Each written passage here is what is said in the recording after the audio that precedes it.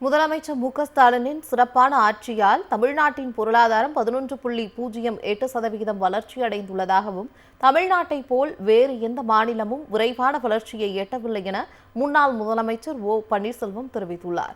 மதுரை மாவட்டம் சோழவந்தான் தொகுதிக்குட்பட்ட அலங்காநல்லூரில் ஸ்டாலின் தொடரட்டும், தமிழ்நாடு வெல்லட்டும், தமிழ்நாடு தலைகுனியாது என்ற தலைப்பில் பொதுக்கூட்டம் நடைபெற்றது.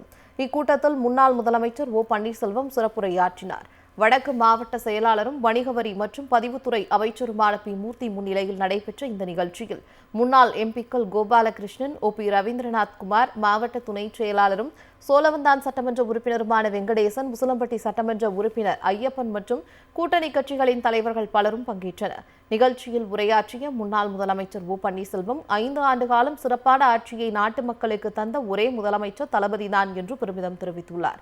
முதலமைச்சர் மு க ஸ்டாலின் தலைமையிலான திராவிட மாடல் ஆட்சியில் தமிழ்நாட்டின் பொருளாதாரம் 11.08% உயர்ந்துள்ளதாக கூறினார். மகளிர் உள்ளிட்ட அனைத்து தரப்பினரும் பயன்பெறும் வகையில் திட்டங்களை பார்த்து நமது முதலமைச்சர் செயல்படுத்தி வருவதாகவும் ஓ பன்னீர்செல்வம் பெருமிதம் தெரிவித்துள்ளார்.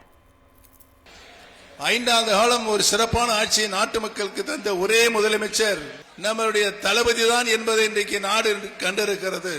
உதாரணத்திற்கு சொல்ல வேண்டும் சொன்னால், மத்தியில் ஆண்டு கொண்டிருக்கின்ற மத்திய அரசு, ஒன்றிய அரசு, அவருடைய ஆட்சியில் பொருளாதார முன்னேற்றம் சதவீதம் 8% கீழாக தான் இருக்கிறது.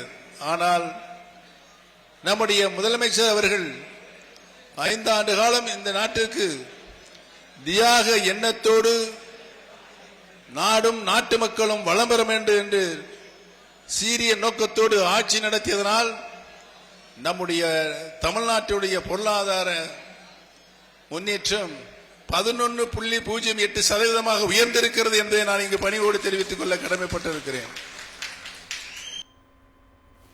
முன்னதாக உரையாற்றிய வணிக வரி மற்றும் பத்திரப்பதிவுத்துறை அமைச்சர் மூர்த்தி, திராவிட மாடல் 2.0 ஆட்சி அமைய கடந்த சட்டமன்ற, உள்ளாட்சி, நாடாளுமன்ற தொகுதி தேர்தல்களில் பணியாற்றியதை விட கூடுதலாக பணியாற்ற வேண்டும் என்று நிர்வாகிகளை கேட்டுக் கொண்டார். வரும் சட்டமன்ற தேர்தலில் திமுக கூட்டணியை 200க்கும் மேற்பட்ட இடங்களில் வெற்றி பெற உழைப்போம் என்றும் கூறியுள்ளார். தமிழ்நாட்டில் 200 தொகுதிகளுக்கு மேல் வென்றோம் என்று நம்ம முதலமைச்சர் சொல்லியிருக்கிறார். துணை முதலமைச்சர் அதற்கான பணியை செய்து கொண்டிருக்கிறார். ஆனால் அந்த வெற்றியில இந்த 4 தொகுதிகளும் அதிகமான வாக்குகளை பெற வேண்டும். அதில் சோழவந்தான் தொகுதி முதலிடத்திலே வர வேண்டும் என்பதுதான் எல்லாருடைய எண்ணமாக இருக்க வேண்டும் என்பதுதான் நம்முடைய எண்ணம்.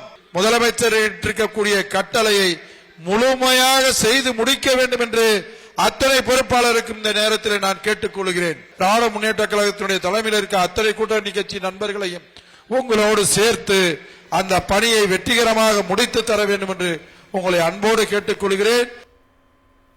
முன்னாள் நாடாளுமன்ற உறுப்பினர்கள் கோபாலகிருஷ்ணன் மற்றும் ரவீந்திரநாத் குமார் உள்ளிட்டோர் பேசிய போது, வெற்றி என்றால் ஸ்டாலின், ஸ்டாலின் என்றால் வெற்றி என்று தெரிவித்தனர். கொள்கை பிடிப்போடு செயல்படக்கூடிய ஒரே இயக்கம் திமுக தான் என்றும் அவர்கள் புகழாரம் சூட்டினர்.